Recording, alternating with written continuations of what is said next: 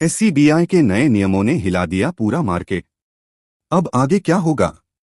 शुरुआती market reaction.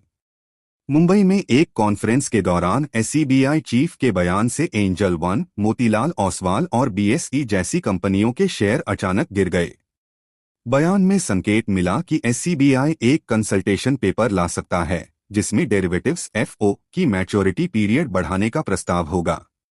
उद्देश्य निवेशकों को एफओ से हटाकर डायरेक्ट इक्विटी निवेश की ओर लाना। एससीबीआई का प्रस्ताव क्यों? एससीबीआई डेटा के अनुसार 91% रिटेल निवेशक एफओ में घाटा उठाते हैं।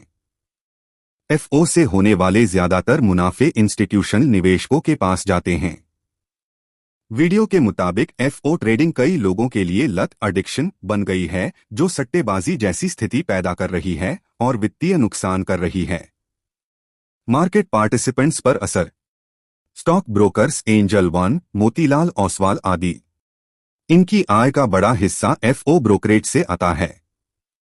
साप्ताहिक एक्सपायरी हटने पर ट्रेडिंग फ्रीक्वेंसी और वॉल्यूम कम होंगे, आय पर सीधा असर।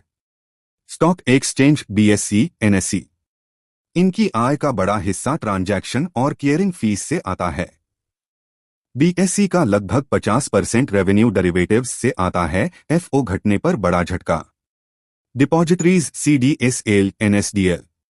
एफओ में सीधे डीमैट का उपयोग नहीं होता, लेकिन वोलेटिलिटी घटने से इक्विटी ट्रेडिंग पर असर पड़ेगा। अप्रत्यक्ष रूप से रेवेन्यू कम हो सकता है। शॉर्ट टर्म बनाम long term outlook. Short term नियम लागू होते ही एफओ वॉल्यूम गिरेगा, ब्रोकर्स और एक्सचेंज की आय घटेगी, शेयर प्राइस में शॉर्ट टर्म क्रैश दिखेगा। लॉन्ग टर्म ये असर अस्थायी होगा। समय के साथ कंपनियां अपनी आय के दूसरे स्रोत जैसे cash market, mutual fund distribution और वेल्थ मैनेजमेंट बढ़ाएंगी। मार्केट ज्यादा हेल्दी और स्थिर बनेगा क्योंकि सट्टेबाजी कम होगी। प्रभावित सेक्टर्स। एक्सचेंज और डिपॉजिटरीज बीएसई, सीडीएसएल। मार्केट में भागीदारी और ट्रेडिंग एक्टिविटी कम होने से दिक्कतें झेल रहे हैं। Broking industry. जबरदस्त प्रतिस्पर्धा और नए एससीबीआई रेगुलेशंस से चुनौतियां बढ़ी हैं। म्यूचुअल फंड ट्रांसफर एजेंसियां, calms K fintech. Sips record level पर होने के बावजूद इन कंपनियों के वैल्यूएशन अभी काफी कम हैं। निवेश की सिफारिशें। बीएसई वॉचलिस्ट में रखना चाहिए।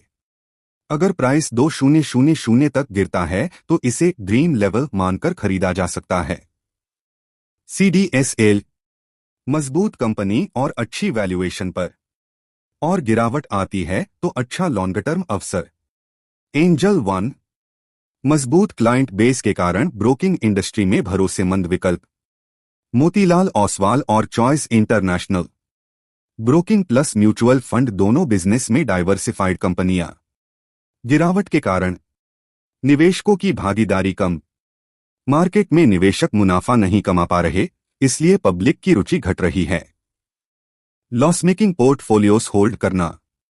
निवेशक घाटे वाली होल्डिंग्स बेच नहीं रहे, इससे ब्रोकर्स, एक्सचेंज और डिपॉजिटरीज का कारोबार घटा। एससीबीआई के नए नियम। डेरिवेटिव मार्केट पर सख्त रेगुलेशन से ट्रेडर्स की एक्टिविटी धीमी हो गई। Market cycles. अभी मार्केट कमजोर है, लेकिन यह अस्थायी चरण है। आने वाले समय में फिर से बुल रन आएगा। इस दौरान क्वालिटी स्टॉक्स को खरीदकर लंबे समय तक रखने से बड़ी वेल्थ क्रिएशन संभव है। यह जानकारी केवल शैक्षिक उद्देश्य के लिए है। इसे किसी भी प्रकार की निवेश सलाह न समझें। निवेश करने से पहले अपने वित्तीय सलाहकार से परामर्श करें।